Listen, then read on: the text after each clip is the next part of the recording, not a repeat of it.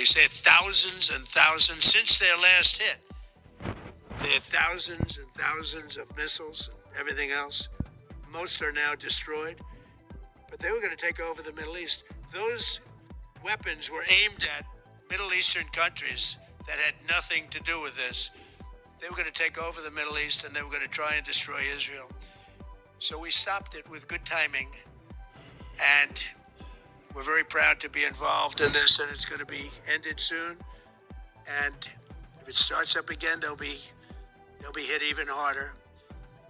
Thank you very much for being here. Go ahead. Any questions? Thank you so much.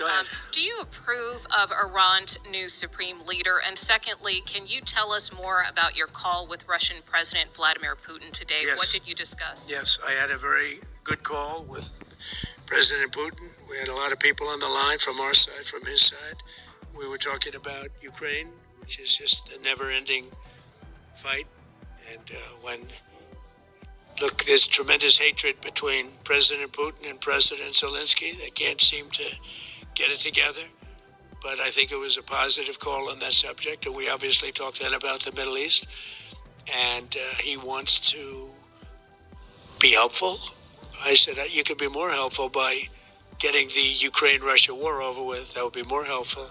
But we had a very good talk, and he wants to be very constructive. Yeah, please. Yeah, please. Look, everything they have is gone, including their leadership. In fact, there are two levels of leadership, and even actually, as it turns out, more than that. But two levels of leadership are gone. Most people have never even heard about the leaders that they're talking about. So it's obviously been very, very powerful, very effective. Back to Cuba, you said that Cuba wants to make a deal. Yes. What would the United States get in return for that, and why should Americans trust Marco Rubio to negotiate it? Well, Marco Rubio is doing a great job. I think he's going to go down as the greatest Secretary of State in history. Look at what we've done as a presidency. Look at what we've done as an administration. They trust Marco, and so do the American people trust. He's been successful no matter where he's been.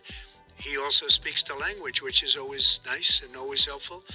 But he's dealing, and it may be a friendly takeover. It may not be a friendly takeover. It wouldn't matter, because they're down to, as they say, they're in deep trouble on a humanitarian basis. And we don't want to see that, but they were very, very bad to a lot of people, as you know, and a lot of people living on the Cuban-American vote, which I got at record levels. Very important. Those people are very important to me. I know what they went through. They went through hell. Some of them have gone on to be some of the most successful people in the country. Cuban-American business people, some of them are like the most. I've been fighting this battle with them for a long time.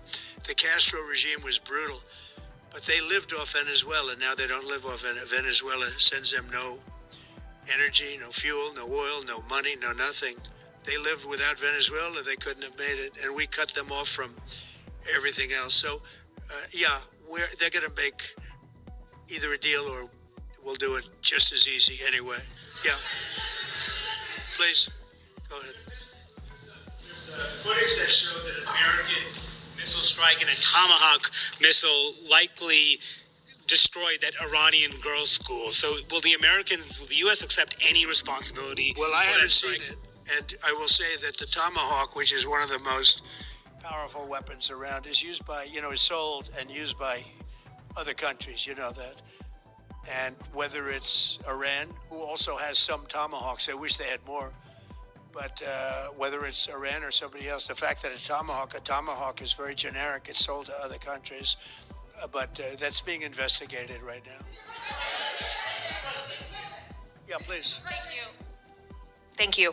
Mr. President, you've said the war is, quote, very complete, but your defense secretary says this is just the beginning. So which is it, and how long should Americans be prepared for this? Well, I think you could say it both. For? It's the beginning of building a new country, but they have no Navy, they have no Air Force, they have no anti-aircraft equipment. It's all been blown up. They have no radar, they have no telecommunications, and they have no leadership. It's all gone. So, you could look at that statement. We could We could call it a tremendous success right now as we leave here. I could call it, or we could go further, and we're going to go further. But the big risk on that war has been over for 3 days. We wiped them out in the first 2 days. When you think about it, it's incredible. We wiped out a big navy, very powerful navy. You know, these were ships. These were serious ships. These were ships that you buy when you want to win battles. They're all on the bottom floor. The sailors are all running off the ships. They refuse to get on the ships. The Air Force is gone. Everything's gone. The missiles are down to a trickle. The drones are down to probably 25%, and they'll soon be down to nothing. We'll have where they manufacture the drones are under fire as we speak. They're being hit. So the rest is going to be determination as to my attitude, along with the people in the Trump administration.